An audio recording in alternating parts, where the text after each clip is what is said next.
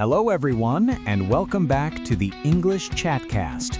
You're tuning in to Episode 8 of Module 1 of the Blueprint for Effortless English. I'm your co-host, Ben. And I'm Anna. It's so good to be here with you today for what I think is one of the most powerful tools in our entire 50-episode journey.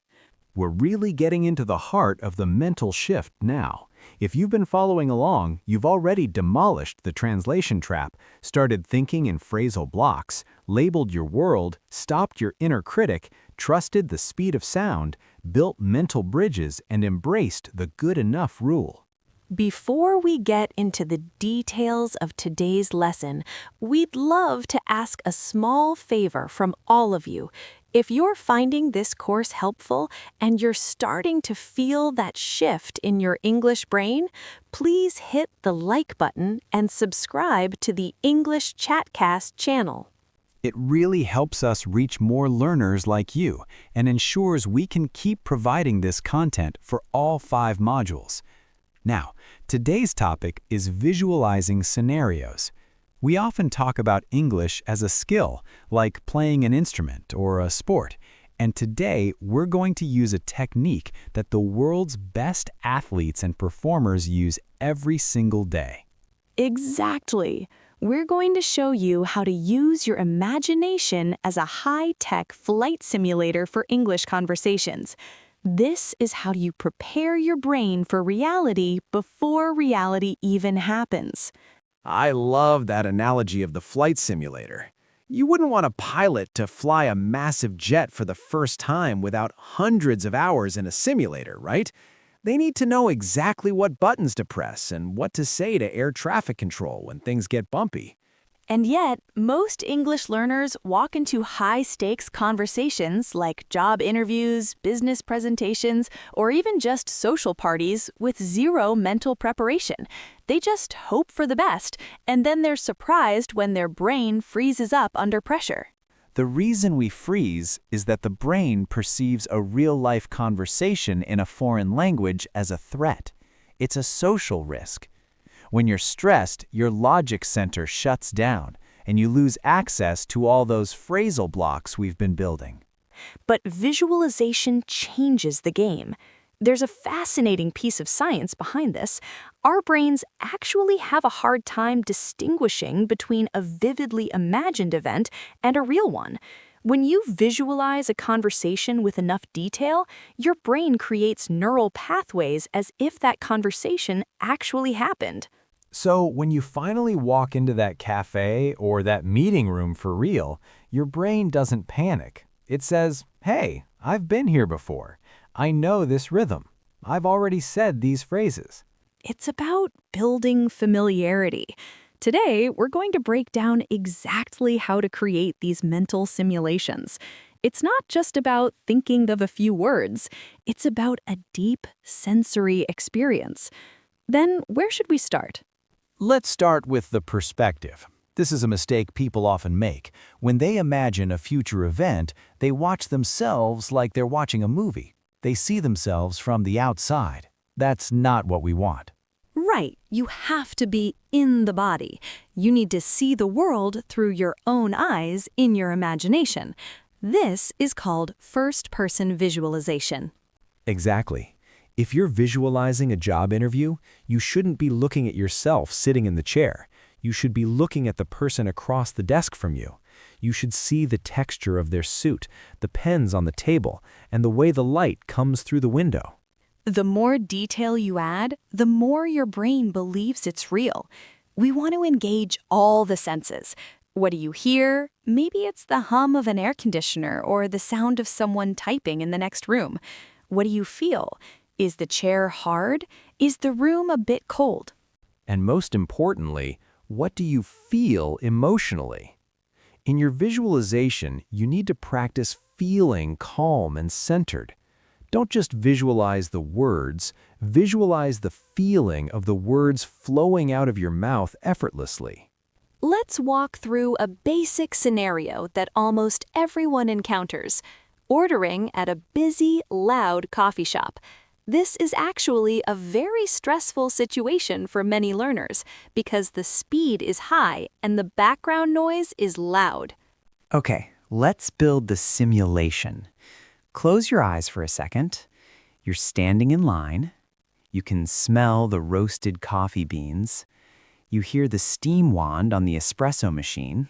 It's making a loud hissing sound. You're moving forward in line. You see the menu on the wall. Hey there, what can I get for you today? Now this is where the magic happens. In your mind, you don't translate. You just reach for a phrasal block. You see yourself smiling, feeling totally relaxed, and you say, "I'll take a medium latte to go, please." See the barista nod. Hear them tell you the price. See yourself handing over your card. Imagine the feeling of the plastic card in your hand. Hear the beep of the machine. Now here's the crucial part of the simulator. Imagine a small problem. Maybe they ask you a follow-up question you didn't expect, like, "Do you want any room for cream in that?" If you're a perfectionist, that might scare you. But in our simulator, we practice the good enough rule. You don't panic, you just smile and say, "No thanks, I'm good." Or, "Just a little bit, please." You've just successfully navigated a roadblock in your mind. You've trained your brain that you can handle an unexpected turn in the conversation. When you do this 5 or 10 times in your head before you ever go to the coffee shop, the actual interaction feels like a replay of a movie you've already seen. It removes the element of surprise, and surprise is the enemy of fluency. When we're surprised, we default back to our native language, or we freeze. Visualization removes that shock. Now let's move to something higher stakes.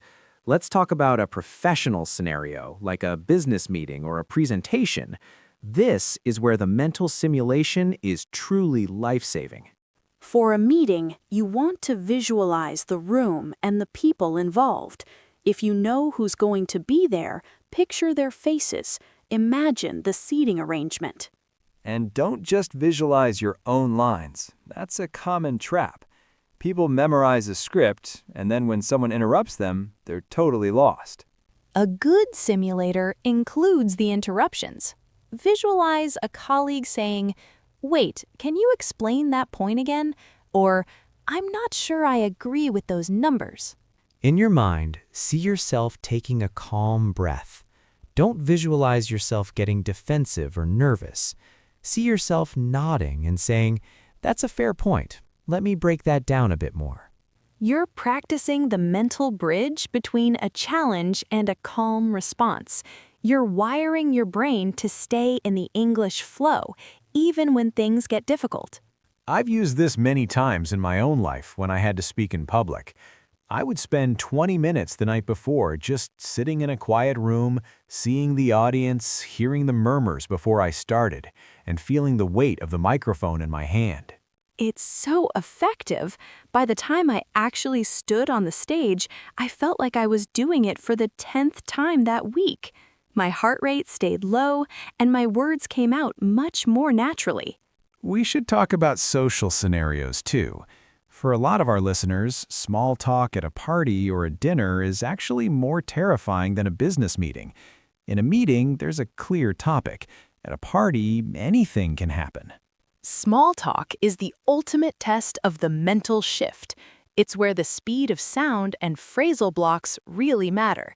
To visualize a social scenario, imagine the environment. Is there music playing? Are people laughing? Imagine someone walking up to you with a drink in their hand. They smile and say, "So, how do you know the host?" In your mind, don't search for a grammar rule. Just see yourself responding with a block. "Oh, we went to university together. How about you?" Notice how Anna included a question at the end. That's part of the simulation. You're not just simulating an answer, you're simulating a connection. You're practicing the back and forth rhythm. Visualize the conversation moving from boring topics like the weather to something more interesting. Practice the transition phrases, things like, "That reminds me of a story," or "Have you ever been to that new restaurant downtown?" When you visualize these transitions, you're building bridges between different topics. You're making your mental map of the conversation much larger. I think it's also important to mention that you can visualize the negative things too, but you must visualize yourself handling them well. That's a key distinction. We're not visualizing a perfect world where everyone speaks slowly and clearly just for you. Exactly. Visualize someone speaking very fast with an accent you've never heard before. See yourself not panicking. See yourself using a good enough block like, "Sorry, could you say that one more time?" or "I didn't quite catch that." By practicing the recovery in your mind, you remove the fear of the mistake. You realize that even if you don't understand something, the world doesn't end. You have a tool to fix it. This technique is especially powerful for the shadowing sprint we talked about in episode 5. Before you even start the audio, take 30 seconds to visualize yourself as a mirror. Visualize the sound waves coming from the speaker and moving through you without any logic or analysis getting in the way. You're setting your brain to the right frequency before you even hit play. So, how often should our listeners be doing this? Is it a once-a-week thing? I'd say it should be a daily habit. It only takes 5 minutes. You can do it while you're brushing your teeth, while you're on the bus, or just before you go to sleep. Just 5 minutes of high-intensity mental simulation can save you hours of frustration in real life. It's the most efficient form of practice there is. Think of it as a daily maintenance for your mental architecture. You're checking the bridges, you're testing the simulator, and you're making sure all the phrasal blocks are easy to find. I want to talk about something Ben mentioned earlier, which is the idea of the invisible audience. Right. Sometimes even when we're alone, we feel judged. We feel like there's an imaginary teacher watching us and waiting for us to make a mistake. Visualization is the way to fire that teacher.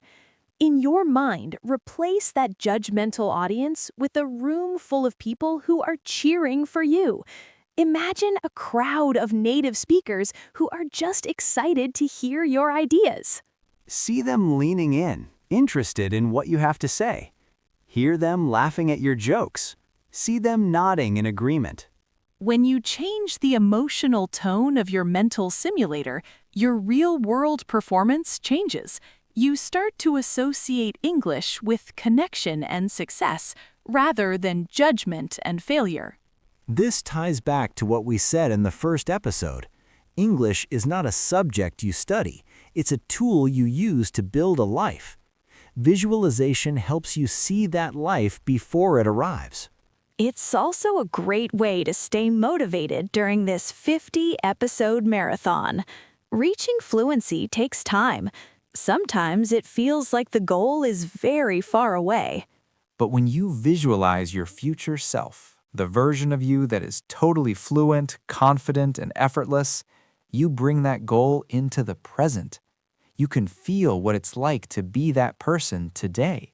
Visualize yourself standing in a boardroom, commanding the room in English. Visualize yourself at a wedding in London, making friends and laughing late into the night. Visualize yourself traveling across America, feeling completely at home in every conversation. When that vision is clear, the work we do in these episodes doesn't feel like a chore. It feels like you're just building the path to that version of yourself. I've seen students' lives change just from this one habit.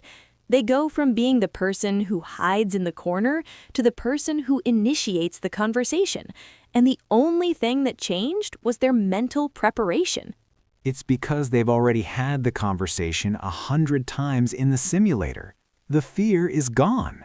Let's talk about the specific mission for episode 8. We want our listeners to start building their first professional-grade mental simulation this week. This is your mission. I want you to identify one specific conversation you know you're going to have in the next 7 days. It could be a meeting, a phone call, or just talking to a neighbor. It doesn't have to be a big, scary event. It just has to be a real one. Once you've identified the scenario, I want you to spend 5 minutes every single day visualizing it. Remember the rules: first-person perspective, all 5 senses, and a calm, centered emotional state. See the environment. Hear the background noise. Reach for your phrasal blocks. And most importantly, see yourself succeeding. See the other person understanding you and responding positively. If your brain tries to show you a mistake or a moment of panic, that's okay. Just hit the reset button in your mind and try the scene again. This is a simulator. You're allowed to crash and start over as many times as you need. Once you've done this for a few days, we want you to come into the comments and tell us about the scenario you're preparing for. Describe the environment you're visualizing. Tell us one phrasal block you've practiced using in that specific situation. We love reading these descriptions because they help other learners see how many different ways there are to use English. Your simulation might give someone else a great idea for their own practice. And then, after the real conversation happens, come back and tell us how it felt. Did it feel like a replay? Did you feel more prepared? Most people are shocked by how much more relaxed they feel. It's like having a secret weapon. It's not a secret anymore. We're giving the weapon to everyone in the Blueprint community. This concludes Episode 8. You're now a mental architect and a flight simulator pilot. You've got 2 more episodes left in this first module. You're so close to that first major milestone. In the next episode, Episode 9, we're going to take this a step further. We're going to talk about emotional anchoring. We're going to show you how to lock in your best English states so you can trigger them whenever you need them. It's like having a fluency button you can press. It builds perfectly on the visualization work we did today. It really does. But for now, get into your simulator. Build your world. See your success. We're so proud of you for sticking with us. This mental shift is the hardest part, and you're doing it. I'm Ben. And I'm Anna. If you enjoyed this episode, be sure to like and subscribe. Feel free to leave comments about the Chatcast. We love hearing from you. Until next time, keep practicing, keep listening, and remember, learning English with us is A piece of cake. Thanks for listening, everyone. See you next time on the English Chatcast.